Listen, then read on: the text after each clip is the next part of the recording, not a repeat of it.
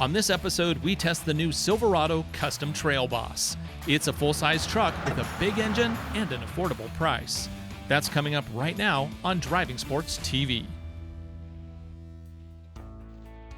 Usually when we get a full-size truck in to test, the manufacturers send us the biggest and baddest versions, often priced at over $75,000.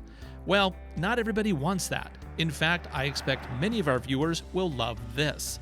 It's the 2021 Chevy Silverado Custom Trail Boss. Why? It starts right here under the hood. That is a 6.2-liter V8 good for up to 420 horsepower and 460 pound-feet of torque.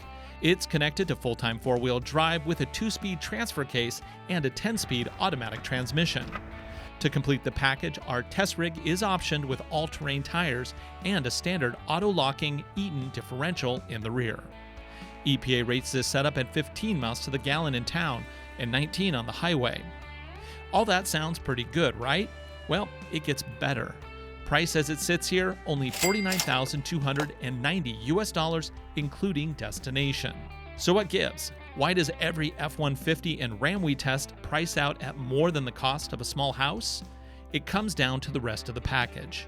This Silverado is basic, but basic isn't necessarily bad.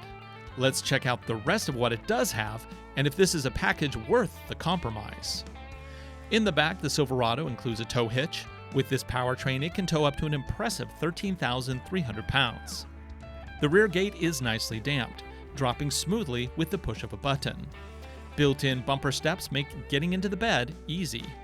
The bed is also lined, so you don't need to worry about scratches. In the second row here, we can pull up the seats for lots of cargo. However, if you need passengers, you just yank them back down again. All the room you really need. I got tons of leg room, lots of headroom. I don't really have anything as far as amenities go, but I do have a couple vents down there. But again, this is a basic truck. This is fine. Moving up front, and the low price starts to become a little more apparent. Wow, this is basic accommodations. In fact, it doesn't even have a push-button start. Instead, I get an old-fashioned key. This is kind of like the truck enthusiast special, you know? It has everything that you want. It has the big engine, big burly V8, has the dual range transfer case and two-wheel drive if you want economy. Although, if you have a V8, you're probably not thinking about economy. Here we have a basic but small system. That screen is really small, but again, it's okay. That's not why you're buying this truck. You're not buying it for entertainment value. You're buying it because, look, it has trailer lights option. It does have Wi-Fi, but it also has Apple CarPlay. Plug it in, boom, Apple CarPlay. This is like a massive monolith of a car interior, and with this tiny little screen, but the fact that it has Apple CarPlay, as well as a backup camera and all the basic stuff that you need, it's fine. And one thing I do like about Chevys is the way that they deal with the front seat. Here it is a bench seat, and I can actually put 3 people across. However, if I want an armrest, just pull it down. Now I have all these great bins. I can put my phone there. I can put my phone here. I also have storage right in there. Yeah, this is great. A row of buttons here. You can turn off the auto engine start-stop, which is really nice to have that convenient. Lower the back with a push of a button, traction control, and then hill descent control. Even though it is basic, it does have collision mitigation as well as adaptive cruise control. Though it doesn't have lane detection, which is fine, it also doesn't have blind spot warning. Instead, you get just the dual pane side mirrors, which are, again, okay. But my question, how much fun can we have with this thing? Because it's got big mud-eaten tires, so let's take it out and have some fun. Oh, chunky lever. Oh.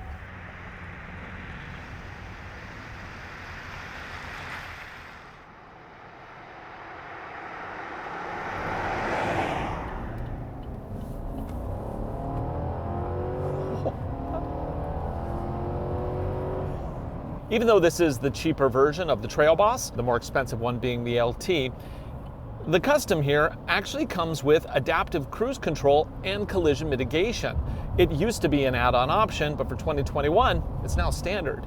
And it works like you would expect. You just turn on your cruise control, target a speed, and then set your gap. And now it will mirror the car in front of you so long as you've picked a speed that's faster than the vehicle in front. It's really good for those longer road trips.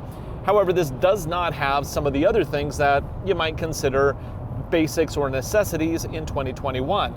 There is no blind spot monitoring, and there is no lane detection or lane centering, of course. Considering this is a basic truck, I think that what they do provide is pretty good. On the freeway, there is a bit of noise, and that is because this is running all-terrain tires. All-terrain tires just happen to make more noise on the freeway. It's kind of one of the downsides of them, but it's not too bad. Adaptive cruise control is still working in this weather, which is nice. Okay, well, I thought it was going to be a dry filming day, but yeah, no, it's going to be wet. Glad I packed the rain pants. Definitely putting those on. On the freeway, one of the great things about this truck is the visibility. Of course, it has a factory 2-inch lift, so you are high above everybody else. Well, except that Ram 3500 Bighorn that just passed me, he's actually a little higher. But for the most part, you are higher than everybody else. I should point out that visibility is great for me. If you're shorter than me, you might have issues because this seat is not height adjustable. I think that's a pretty big problem for anybody who's short of stature. This vehicle competes most directly with the Ram Rebel. Speaking of Ram vehicles, I've never driven a Ram Rebel, but I do know for the most part, I do prefer the Ram interiors to the Chevy interiors. On the higher trims especially, Chevy just doesn't seem to really measure up. So in this, the lower cost Chevy, it actually makes a lot more sense. You're looking at under 50 grand for this thing. And yeah, you get cloth seats, you get the dinky navigation system, but you do get a full-time all-wheel drive system with a dual-range gearbox, and it also has an auto-locking rear differential. We're going to try that out in a little bit. Even though you can run this in all-wheel drive format, you can also run it in 4-high or 4-low because it has a dual-range gearbox and a locking center differential. These are things that you usually pay a lot more for on a truck. In fact, this vehicle is thousands less than the equivalent Ram Rebel. So that might get you thinking. But on weather like today, it's really nice to have that auto all-wheel drive option because it's hailing out, the ground is wet, it's not really slippery enough for me to put it into 4-high and lock that middle differential. So it's nice to still have, you know, that everyday drivability of all-wheel drive without the compromises of having to lock that center differential. Of course, if the center diff is locked, that creates binding between the front and rear as you're turning in a corner. You don't really want to do that. It's a lot of stress on the drivetrain, and it also is really kind of, it's stressful from the driver perspective to hear your vehicle making noises like that. This is a truck where you feel like you own the road. Maybe that's why some people buy trucks like this. I like trucks like this until you get them into a parking lot, and then all of a sudden you start to question your daily driving decisions. Because like, yeah, mall parking lots, these things suck. But everywhere else, fantastic. Thankfully, the whole world is not mall parking lots. I was hoping to do this in the dry, but looks like we'll have to have a wet 0 to 60. I'm in all-wheel drive. It's hailing. 3, 2, 1, go. Mercy! Woo! Woo! 5.73 seconds, 0 to 60. Holy moly, that was fun. We've confirmed that this truck has some great day-to-day drivability, and it's pretty quick. But now let's see how it deals with an actual off-road situation. And more specifically, I want to know how well that rear auto-locking differential works.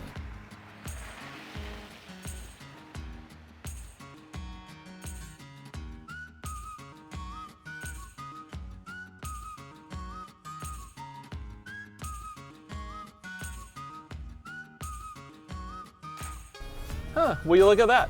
It's snowing and sticking. this suddenly got a little bit more interesting.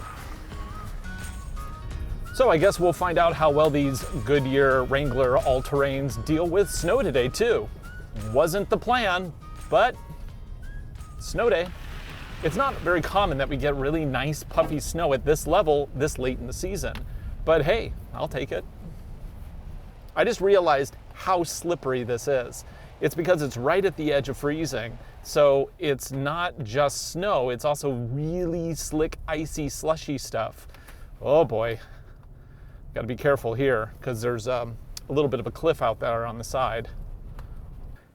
Normally I wouldn't bother putting a truck with all-terrains and a 2-inch lift on the rock trail. However, it is snowing today, so that does add additional challenge here. Let's give it a try. Nothing really to do here. I'm gonna start this climb in 4 auto, and then we'll switch it up as necessary. Now this has the automatic rear locker. It's an Eaton rear locker, and when it detects a differential in speed between the 2 wheels, it's supposed to clamp down and provide a differential, a locked effect. We'll see how well that does. I love all this clearance. I mean, I have no doubts whatsoever that we can get up here. I mean, I could probably do this at like 4 times this speed. But the idea here is to show you how this 4-wheel drive system responds to tricky conditions.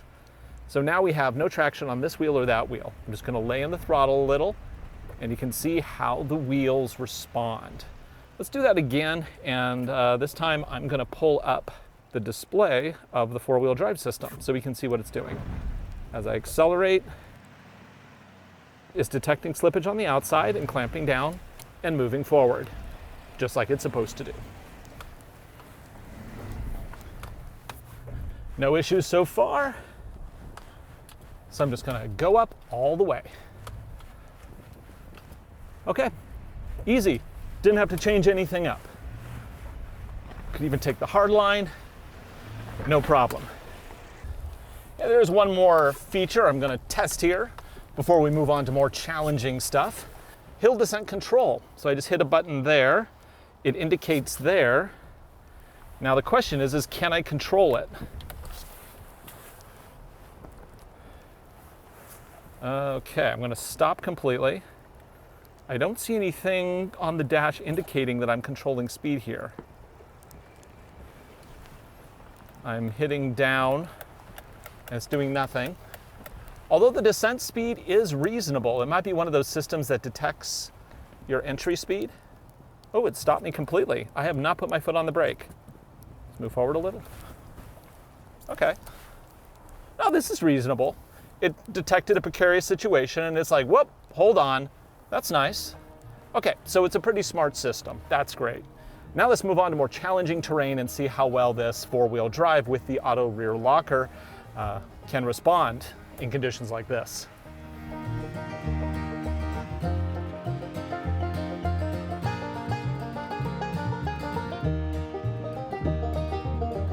Okay, now we're going to turn into Powerline Park. Now the access here is a little challenging. We could take the easy route on the right, but I'm going to go ahead and put my wheel all the way in the hole because I know this thing will have no problem getting through it.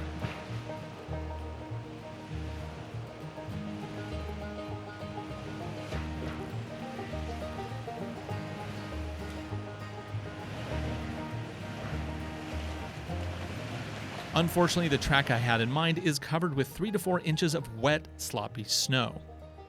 Luckily, I've been up this before. I know where the line is, and the snow normally can obscure challenges, but I'm going to assume that it's basically the same as it was before, just with the extra element of snow.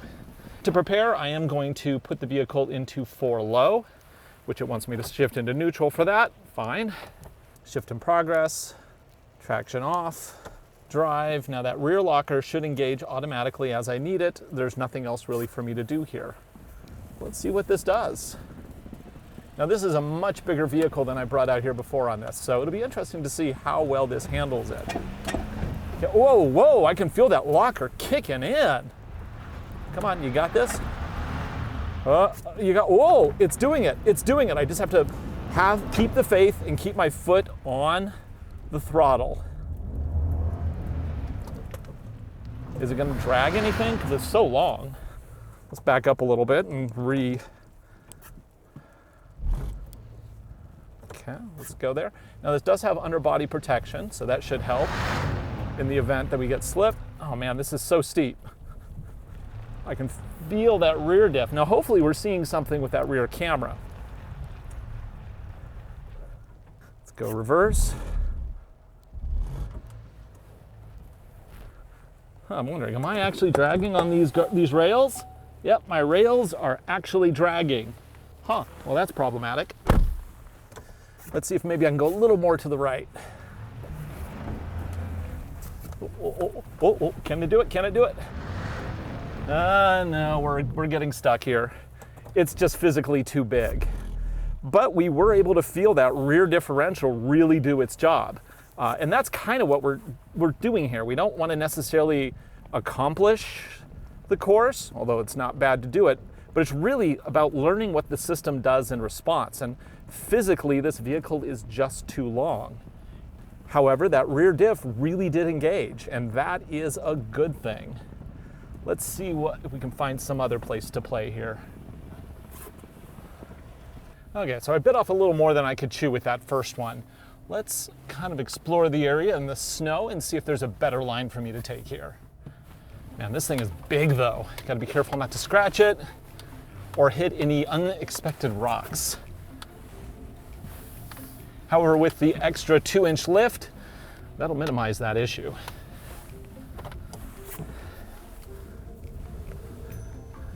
So we turn around here and try to, whoop, that throttle. When that V8 kicks in, it kicks in hard.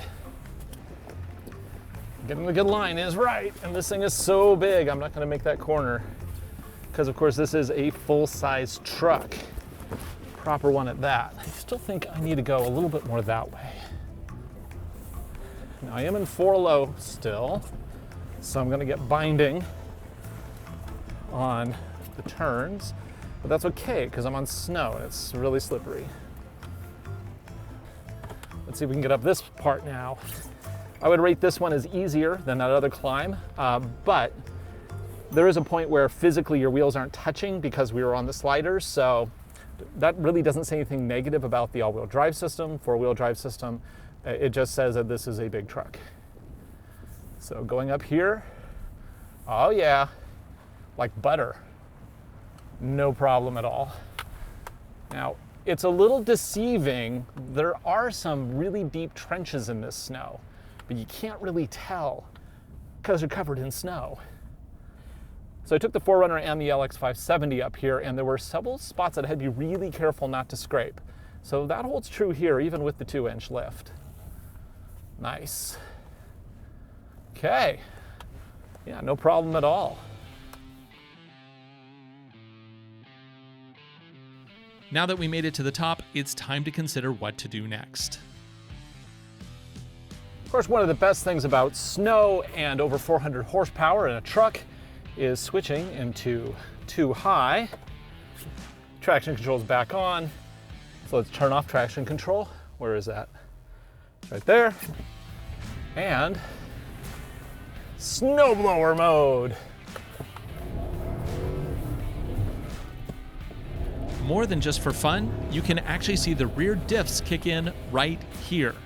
As the differential detects a significant variance in rotational speed from left to right wheels, it locks, allowing the wheels to rotate at the same speed, which just happens to be great for snow nuts.